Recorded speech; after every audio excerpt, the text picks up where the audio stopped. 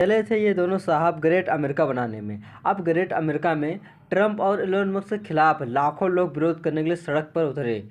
अमेरिकी राष्ट्रपति Donald Trump और दुनिया का सबसे अमीर आदमी इलोन मस्क के खिलाफ 5 अप्रैल के दिन 50 राज्य में प्रदर्शन हुआ। इन विरोध में लाखों लोग शामिल हुए। CNN की रिपोर्ट के मुताबिक देश भर में 14 से ज़्यादा रैलियां निकाला गया था। इन विरोध में 6 लाख से ज़्यादा लोग शामिल हुए। तो अमेरिका में लाखों लोग डोनाल्ड ट्रंप और इलोन मस्क के खिलाफ लोग क्यों आए? ये जो व्यक्ति है इलोन मस्क, अमेरिका का एक पोजीशन संभाला हुआ है। उस पोजीशन का नाम है डेजिट डिपार्टमेंट है। उसके अंदर खर्चा बचाने के लिए इलोन मस्क तो जितने सरकारी कर्मचारी लोग थे उनको बाहर निकालने लगे। चलो तुम भी बाहर जाओ, काम नहीं कर पाते ढंग से। तो ये व्यक्ति जो सरकारी खर्चा कम करने के लिए ये बहुत सारे देश का एड रोक दिए थे, यानी मदद रोक दिए थे इलोन मस्क।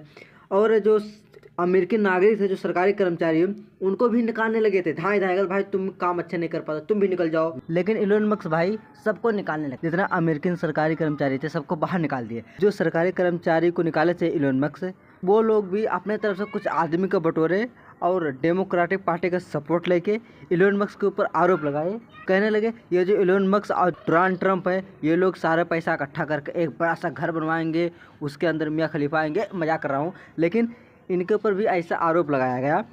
असल में प्रदर्शनकारी इसलिए आए, सरकारी नौकरी में कटौती करने लगे, आर्थिक सुरक्षा और मानव अधिकार जैसा मुद्दा पर सरकार के फैसला पर विरोध करने के लिए लोग आने लगे। कहने लगे जो सरकार है ये सब जो मुद्दा बना रहे हो ये सब गलत है। अमेरिका के नागरिक इसलिए सड़क पे आ गए क्योंकि डोनाल्ड ट्रंप का बहुत बड़ा ताकत था टैरिफ। हम टैरिफ मार देंगे, इनके ऊपर टैरिफ मार देंगे, उनके ऊपर टैरिफ मार देंगे।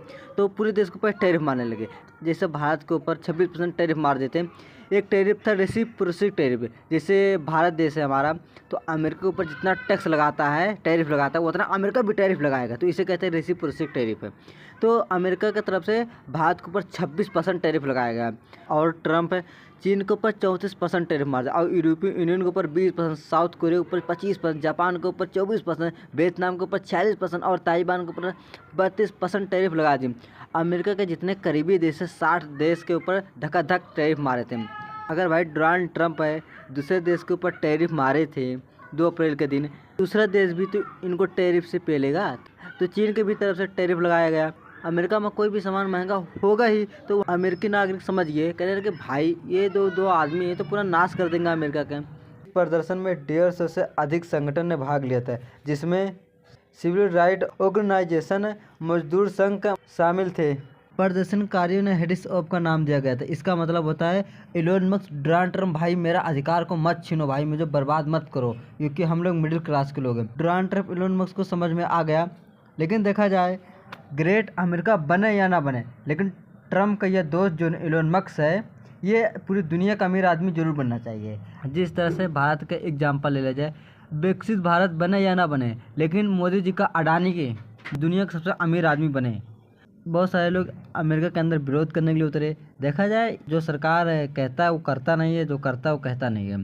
जैसे कोई बिजनेसमैन आदमी है अपने पपेट सरकार बना देते हैं। देख ही लो, चाहे डोनाल्ड ट्रंप को बैठा हुआ इलोन मस्क हो, चाहे अडानी जी बैठा हुआ, बट लेकिन देखा जाए ये बात नहीं है। अमेरिका के जो लोग हैं वो सारा परेशानी भाप लेते हैं, वो समझ जाते हैं हमारे देश में क्या होने वाला है। इसीलिए अमेरिका के अंदर डोनाल्ड ट्रंप और इलोन मस्क के खिलाफ लोग उतरे।